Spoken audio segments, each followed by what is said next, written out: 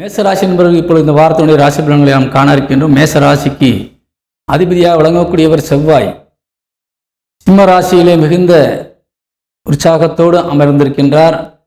அங்கே கேதுவும் அமர்ந்திருக்கின்றார். உங்கள் ராசியிலே 2 கூடையவன் குடும்பஸ்தானாதிபதியாக விளங்கக்கூடிய சுக்கிரன் வந்து அமர்ந்திருக்கின்றார். அவர் 7 கூடையவனாக விளங்கக்கூடியவர். பொதுவாகவே சுக்கிரன் வந்து நமது ராசியிலே வந்து அமர்ந்து விட்டால் மிகுந்த மகிழ்ச்சிக்குடையவராக கண்டிப்பாக நீங்கள் காணப்படுவீர்கள்.